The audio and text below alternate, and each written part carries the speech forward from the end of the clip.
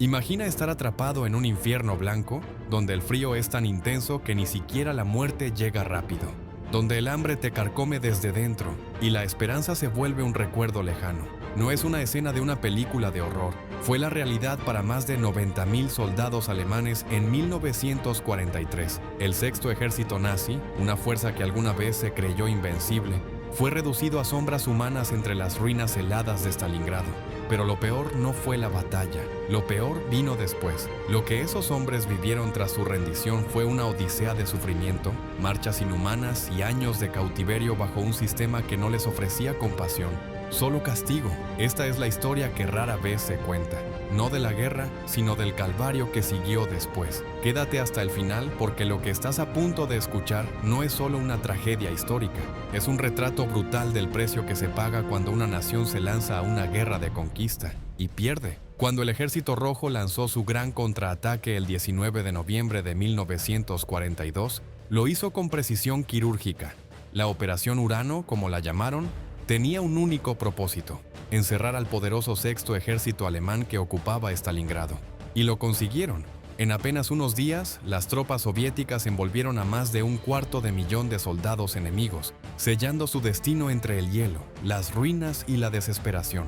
Los aliados del eje, italianos, húngaros y rumanos, colapsaron rápidamente ante la presión soviética. Los alemanes, atrapados sin escapatoria, comenzaron una lenta espiral de descomposición. Los suministros desaparecían a una velocidad aterradora. Sin comida ni municiones suficientes, los soldados empezaron a consumir cualquier cosa que pudiera prolongarles la vida: carne de caballo, raíces, incluso ratas. El invierno, con temperaturas inferiores a los menos 30 grados, hacía imposible sobrevivir sin ropa adecuada. Muchos murieron simplemente durmiendo en la nieve. Desde su búnker en Prusia Oriental, Hitler se negó a permitir la rendición.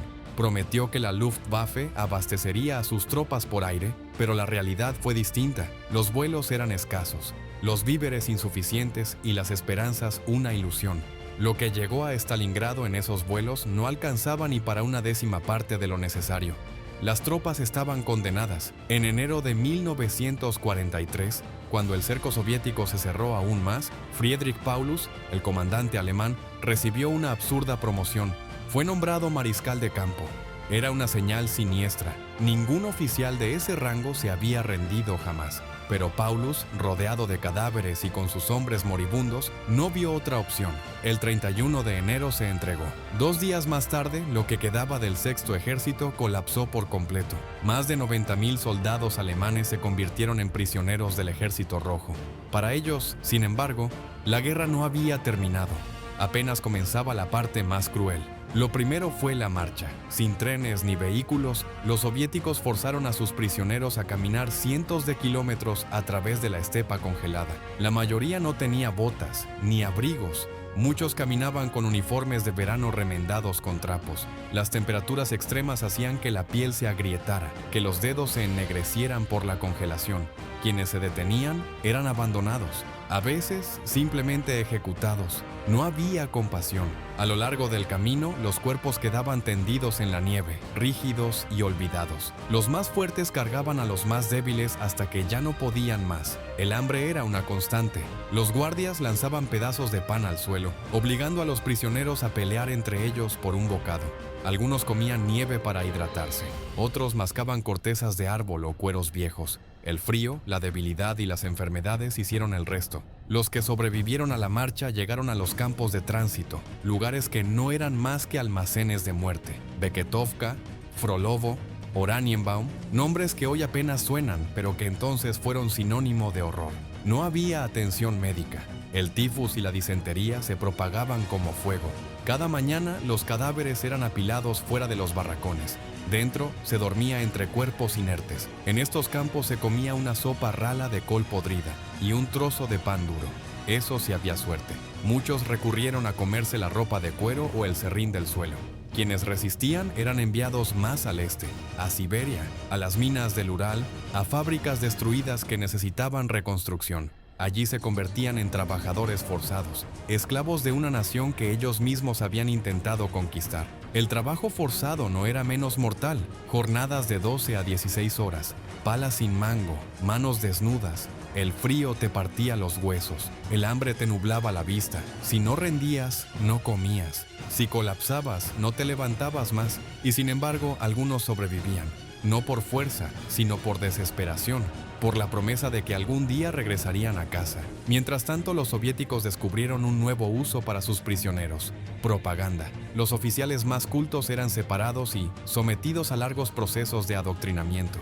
Se les ofrecía comida, descanso, mejores condiciones, a cambio de su lealtad. Algunos aceptaron, fundando el Comité Nacional por una Alemania Libre, una herramienta soviética que instaba a los soldados alemanes a rendirse. Otros se negaron y fueron castigados con trabajos aún más inhumanos o confinamiento en campos de castigo.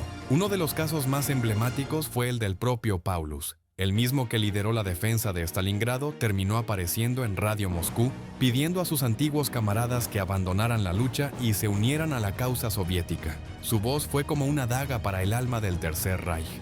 Pero no todos cedieron. Muchos oficiales y soldados comunes eligieron el sufrimiento antes que la traición.